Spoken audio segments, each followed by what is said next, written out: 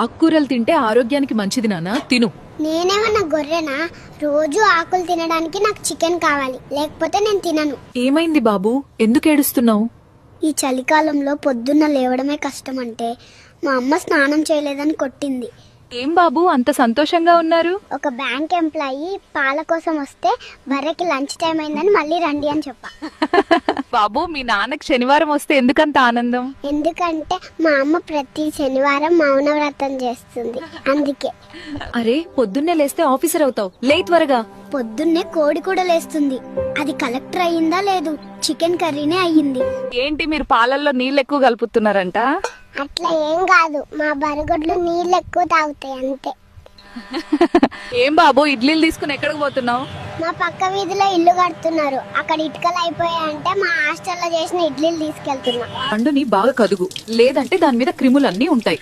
నిన్న నువ్వు రోడ్డు మీద పానీపూరి తిన్నప్పుడు క్రిములు గుర్తుకు రాలేదా? ఏంటి మీరు పెంచుకునే కోడిని కోసేశారంట? హ, మా ఇంట్లో తిని పక్కింట్లో గుడ్డు పెడుతుంది, అందుకే కోసేసాం.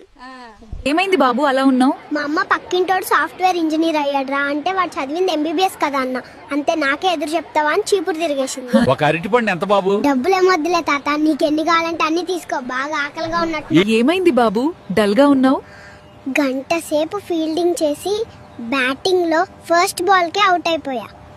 ఏమైంది బాబు, మీ అమ్మ మీద కేసు పెట్టినావంట? అవును, మా అమ్మ నన్ను రోజు పొద్దున్నే 5కి లేపి టైం ఏడైందిరా లెయ్యి అంటుంది, అందుకే పెట్టిన. జడ్జి గారు, భార్యని భర్త కొడితే భార్య పుట్టింటికి పోతుంది, మరి భార్య భర్తను కొడితే ఎక్కడికి పోవాలి జడ్జి గారు? నువ్వు ఎక్కడికి పోలేవు కాబట్టి అసలు భార్య జోలికే పోవద్దు. ఏమైంది బాబు మీరు అలా ఉన్నారు? ఎలాగో ఈ ఫ్రీ బస్ లో మగవాళ్ళకి సీట్ ఉండదని కుర్చీ తెచ్చుకున్న కండక్టర్ గారు, ఈ ఆడవాళ్ళు దాన్ని కూడా లేపేసి కూర్చున్నారు. 1 లీటర్ నూనె ఎంత బాబు? లీటర్ 500. పక్క షాప్ లో 100 రూపాయలకి అమ్ముతున్నారు కదా. అయితే అక్కడే తీసుకో, ఇక్కడికి ఎందుకు వచ్చావు? అక్కడ అంతా కల్తీ నూనె అమ్ముతారు, పో. ఒక నీళ్ల బాటిల్ ఎంత బాబు? డబ్బులేం వద్దులే తాత, నీకు ఎంత కావాలంటే అంత ఆగండి, బాగా దప్పిగ్గా ఉన్నట్టున్నా. ఏంటి బాబు మీరు స్విగ్గీలో పనిచేస్తున్నారు, ఏదైనా సాఫ్ట్వేర్ జాబ్ చూసుకోవచ్చు కదా.